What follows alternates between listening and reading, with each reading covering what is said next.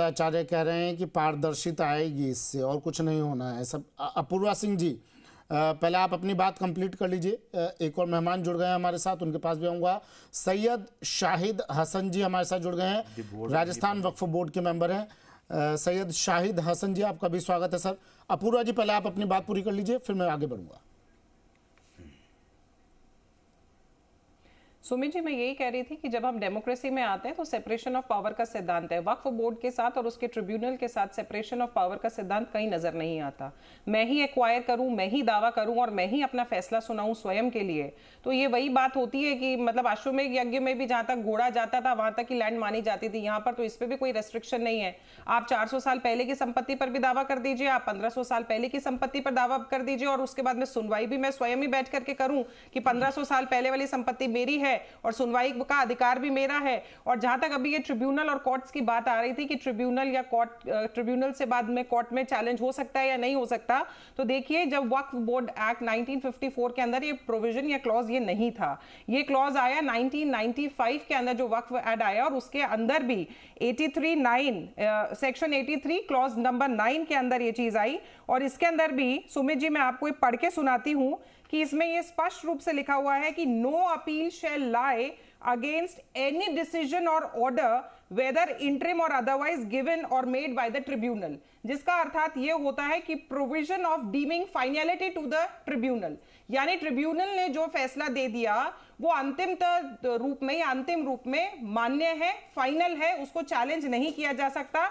एक बार वक्फ हमेशा वक्फ। मगर उसके नीचे उन्होंने एक और क्लॉज दिया था कि provided that high court on its own motion और एप्लीकेशन ऑफ द बोर्ड, कि अगर हाई कोर्ट को सुओ मोटो जेनेसिस पर ये लगता है कि इसके ऊपर निर्णय लेना चाहिए या अगर कोई कोर्ट उसमें जाता है तो क्या है और गरीबों का जायदाद लूटा है उसमें भी रोकने का काम हम कर रहे हैं। देश हित में है और हम पुनः सब पॉलिटिकल पार्टी को अपील करते हैं कि देश हित में सब बिल को सपोर्ट करना चाहिए। अगर विरोध करते हैं तो तर्क रख के विरोध करें, ऐसे झूठे बातें करके विरोध ना करें। Certain organizations, certain political parties are still resorting to fear mongering. All India Muslim Personal Law Board would be addressing a press conference. Yes, I am aware of that. Some of the leaders, including some of the religious leaders, are also misguiding the innocent Muslims. Misguidance leads to nowhere. It will be exposed because a year back, same campaign was launched. When the CAA bill was introduced, the same people said that the CAA is to snatch the citizenship status of the Muslims. But it's been now a year. Nothing such has happened. आपने देखा होगा CAA के समय में कहा था ना कि CAA सिटीजनशिप अमेंडमेंट जो बिल आई थे, कहा कि ये मुसलमानों का जो उसका पहचान है उस पे अटैक किया जा रहा है।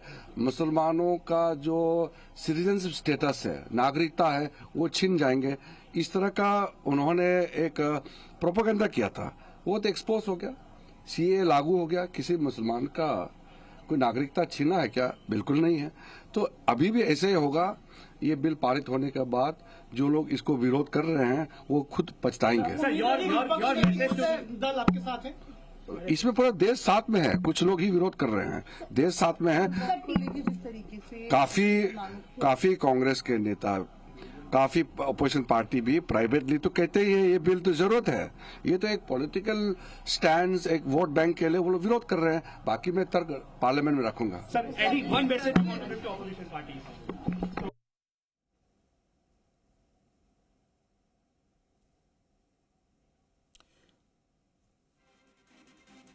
किरण रिजिजू कह रहे थे कि सिर्फ भ्रम फैलाया जा रहा है, जैसे CAA को लेकर भ्रम फैलाया गया, ऐसे ही वक्फ संशोधन बिल को भी लेकर सिर्फ और सिर्फ भ्रम फैलाया जा रहा है। अपूर्वा जी, जरा अपनी बात कंप्लीट कीजिए और दोबारा से बताइए पौरुष भारद्वाज जी को, जो आप कोर्ट की बात कर रही थी, कहाँ अपील की जा सकती है मैडम, और हमें भी जानकारी दीजिए। पौरुष सर के साथ हमें भी जानकारी दीजिए। जी, वक्फ एक्ट 1995 के तहत अगर आप उसका सेक्शन पढ़ेंगे 83(9), उसमें स्पष्ट रूप से मेंशन है कि no appeal shall lie against any decision or order whether interim or otherwise given or made by the tribunal.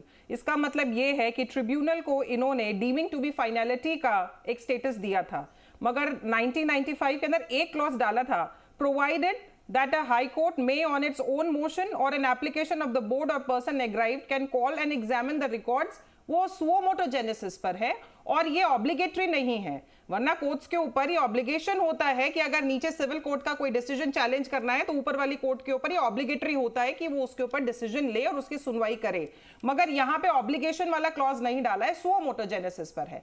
पर आप इस बात पर आप आने से पहले इस चीज को हमको समझना आवश्यक होगा। आज मेरा घर है, मेरे घर पे आके अगर किसी XYZ आदमी ने क्लेम कर दिया तो उस XYZ आदमी की जिम्मेदारी बनती है कि वो ये प्रूव करे कि घर उसका है, मेरी जिम्मेदारी नहीं बनती। मगर वक्फ बोर्ड एक्ट के अंदर बिल्कुल डिफरेंट है। अगर इन्होंने आकर कह दिया ये जमीन इनकी है तो ये मेरी लायबिलिटी बन जाती है प्रूव करना कि नहीं साहब ये इनकी नहीं है, हमारी है। ये 1500 साल पहले वाली संपत्तियों पर भी जाकर के अपना दावा कर रहे हैं, ये 400 साल पहले वाली संपत्ति पर भी जाके दावा कर रहे हैं, जबकि 12 साल से अगर कब्जा मेरे पास है तो कोर्ट ये कहती है कि उसके ऊपर दावेदारी जो है वो 12 साल वाले का बन जाता है। लेकिन वक्फ बोर्ड में तो ये होता है ना मैडम कि जो मुस्लिम लोग हैं वो अपनी संपत्ति को, अपनी जमीन को वक्फ को दान दे सकते हैं और ठीक है वक्फ बोर्ड उसे एक्वायर कर लेता है, ऐसा ही कुछ है ना। तो दूसरी संपत्तियों पर कैसे अधिकार जमा सकता है वक्फ बोर्ड? चलिए मैं आपको एक एग्जाम्पल बताती हूँ। तमिलनाडु में एक तिरुचि गांव है, तिरुचि जिले के गांव के अंदर 1500 साल पुराना चंद्रशेखर स्वामी जी का मंदिर है जो वक्फ बोर्ड ने क्लेम कर दिया। और वही नहीं क्लेम किया, उसके आसपास 329 एकड़ जो जमीन है उसके ऊपर भी क्लेम कर दिया। 18 गांवों पर इन्होंने क्लेम किया हुआ है वक्फ बोर्ड ने। अब आप मुझे बताइए, जब इस्लाम का जन्म यहाँ पर इस्लाम आया 1400 साल हुए नहीं, 1500 साल पहले वाली जमीन के ऊपर ये क्लेम कर रहे हैं, उस मंदिर पर ये क्लेम कर रहे हैं। ये तो मैंने आपको कहा ना, ये तो अश्वमेध यज्ञ से भी बड़ा एक यज्ञ सा हो गया। वहां तो जहां तक घोड़ा जाता था वहीं तक की जमीन मानी जाती थी राजा की, ये तो जिस पर उंगली रख दे वही जमीन। लेकिन विपक्ष तो इसे धार्मिक स्वतंत्रता पर हमला बता रहा है कि साहब हमारे हाथ काट दिए हैं इस बिल को लाकर, हमारी जो धार्मिक स्वतंत्रता है उसे छीना जा रहा है।